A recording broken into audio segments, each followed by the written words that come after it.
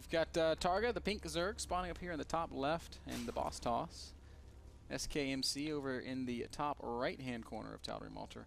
And I just, for the life of me, can't wrap my head around playing on a laptop, connected wirelessly to a cell phone, connected wirelessly to 3G internet, and being a competitive world-class StarCraft 2. And not just that, like, I mean, if you do it from North America, then it's already silly, but then you would say, okay, but he's actually in Australia. He's on the opposite side of the planet. Yeah, is there like anything further away from USA than Australia? Maybe, I mean, I guess because we're in California, Australia might be closer than it would be if we were broadcasting from like New York, but it's still pretty far away. It's pretty far away, dude.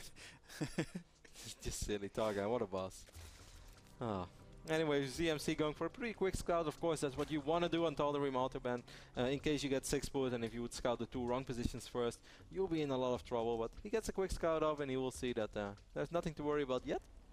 The good news is we have no real lag spikes this game, so whatever was plaguing TargA perhaps was settled by restarting his telephone. Hopefully his provider just heard him and is like, hey man, this guy's actually like doing pretty good commercials for us. TargA called AT&T, he was like, yo guys, I need more minutes! Yeah, just got a prepaid card. He's like, AT&T's like, alright, you're good to go. Soon we're gonna see commercials on Australian television. AT&T, the best internet for gaming. Oh man.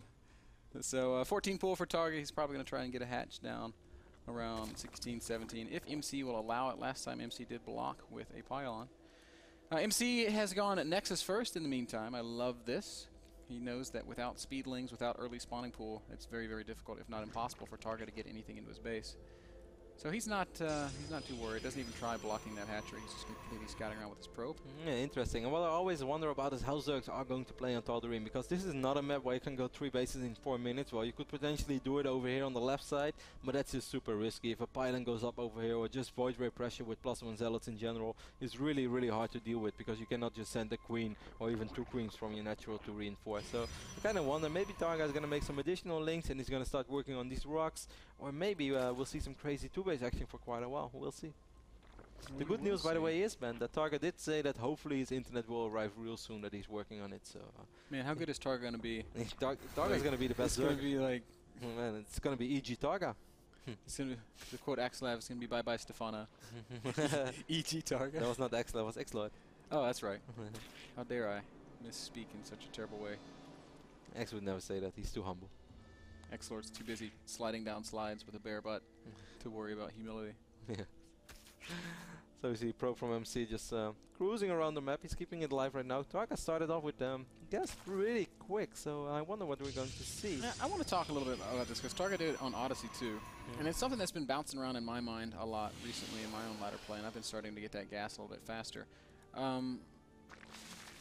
We talked on Odyssey about how important it is that you deny that scouting probe, don't let pylons go up. It can be very tricky with slow lings, as wow, MC is so persistent with his scouting. Yep, lost 1 probe, straight away sends another one, but it seems like TargA is aware of this, because this queen, man, you can smell it. Yep. Anyway, with just slow Zerglings, often a probe can just run around and then drop a couple pylons anyway, and then 2 or 4 lings can't kill it before warp ins start happening. So getting speed gives you that extra ability to chase and deny that probe from getting those pylons down and from being just super pesky. Now, there's no telling if MC wants to do something like that this game. I'm actually kind of anticipating a Stargate, but there's no way to know. Yeah, Stargate's builds have been popular on Tal'Darim for such a long time, and it's a really nice map for Stargate. Certainly because 2-base all-in, I would say, is not that strong on Tal'Darim. Of course, you can always put it off if you execute it well properly, but often you see Protoss turtle a little bit, and I think then in general Stargate builds are really nice because they help out a lot. They give a lot of safety against certain things. MC completes a wall off at the front. That's a tight wall now. And you're right, 2-base all-in is not the best thing on Tal'Darim Altar in general, but in these positions, it's a little better because that's the shortest push you can get, and it pushes the Protoss player right up into the base of the Zerg network. MC is really afraid of what he saw. Perhaps that quick extractor is what scares him, because he doesn't know. Maybe there's a baiting nest somewhere. Maybe there's something that he did not scout because he couldn't really scout over here with the probe, I believe. And he perhaps saw that there was a lot of larvae saved up as well. TargA doesn't. He's going for a lot of roaches, but MC having a pretty perfect read, going for the full wall off and also adding that additional cannon. Stargate would actually be very good against this, because 1 Void Ray is so good against roach all-ins.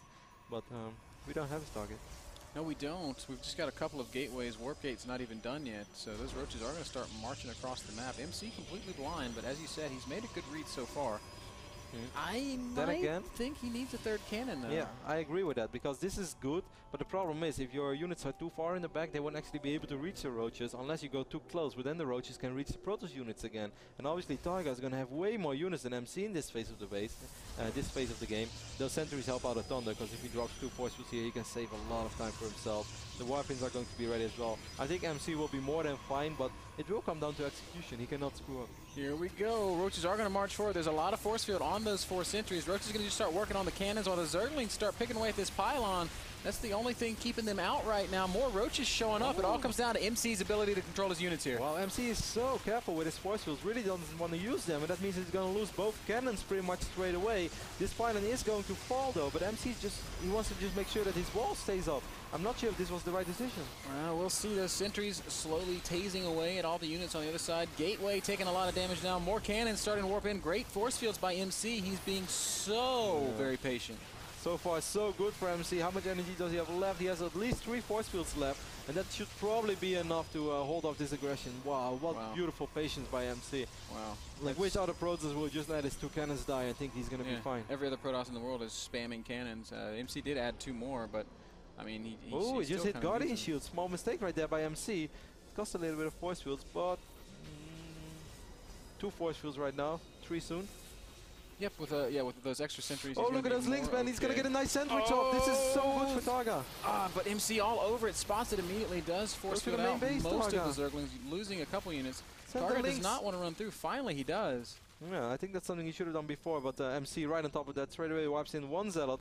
But that's not going to be enough, though. He's going to pull probes straight away, so at least TargA will be able to kill quite a few probes over here.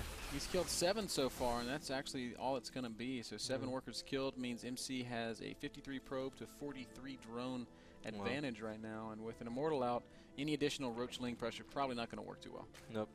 I must say, I think the TargA did a pretty good job, though. I mean, he put a lot of pressure on it. It's just MC being so careful about the way that he used those force fields. Waited so extremely long until he was really forced, until buildings really started to die. Just then he was going for force fields, which bought himself a lot of time. I liked it. I was really impressed with the way MC just sat back and waited and waited. Well, let's say, you know what, we can even take a second look at that if we want. We are going to bring it up. Here's MC's defense of TargA's attempted roachling bust, just sitting back and waiting and waiting, and just nothing was able to breach. So he's being so very patient. Now, of course, MC is in a really beautiful position, despite this being 2 base against 2 base, and TargA does have 3 hatcheries. And MC lost a few probes, but he was still ahead in the workers. He's right now up to 59 probes against only 54 drones of TargA, and he has that. Well, his army composition right now is so good to the units that TargA can produce, because that's just roaches and links for now. And he has a ton of sentries. He has immortals, and this pretty much spells doom for TargA. This is the sentry immortal push that Zoe was just talking about. Make a bunch of sentries, get some immortals, get those attack upgrades. Zoe, of course, little future teller. Of course, it's only +1 because that forge was taken out. Wasn't it? No, the forge wasn't taken out. It did take a lot of damage, but it didn't die. Okay. So either way, little sentry immortal push.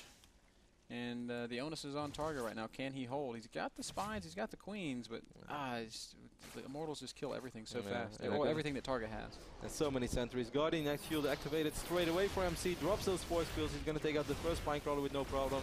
Immortals, of course, are very, very good against Spinecrawlers as well. Yep. And he's just, again, exercising great patience, not spamming force fields down, just putting a couple tactically placed force fields wherever he feels like he needs them. He will take out TargA's macro hatch. More roaches going to pop out, but immediately TargA pulls him back because he knows he can't take this fight just yet. A lot of reinforcements coming in as well for MC, though, and he has pylons left, so he can wipe in even more. Here comes the big attack for TargA. TargA going to try to get in there, but MC drops more great force fields, putting the Warp Prism right there in the thick of the battle. Queens do focus down and kill the Warp Prism, so no easy reinforcements for TargA, or for MC, but it doesn't matter because TargA GG's SKMC, rocking his old OGS jersey in that photo, takes down TargA 2-0. Pretty quick best of 3 after all. But I mean, it's really hard to play against MC. Certainly when you're a Zerg. Even yesterday he took out Stefano in the IPL Fight Club. Certainly when you're playing from Australia. On 3G. Via your phone. Oh, TargA. It's pretty cool. How much would you rage trying to play on that setup? Because like you're kind of guy that like if there's anything wrong with your setup, you just can't play. Yeah, I know. I'm amazed that he would actually just take the time. And I don't know what time it is right now in Australia. I believe it's a few hours before here, so it's probably pretty early. I think they are 18 hours ahead, so, well, what does it make? Probably like 11 right now in the morning or something like that. Yeah. So, I don't know. I would just say, like, guys, I would love to play in your league, and But it's I'm a big going to the honor. beach. Yes, but I'm gonna do something else. I'm gonna sip some mojitos because this is unplayable. But yeah, mad respect for TargA for trying, and I mean, he has a lot of weeks left, and when he gets his real internet, I really think we haven't seen the best of TargA yet. Yeah, I think you're exactly right, given what we've just learned about him. So, that game brought to you guys by AZO monitors, the monitors that we use here at the NASL, and that you should be using in your gaming sessions at home. Check them out at azo.com/NA and pick up one of your own. We're going to take a very short commercial break, and then it'll be QXC versus Puzzles. So don't go anywhere. Lots more action when we get back.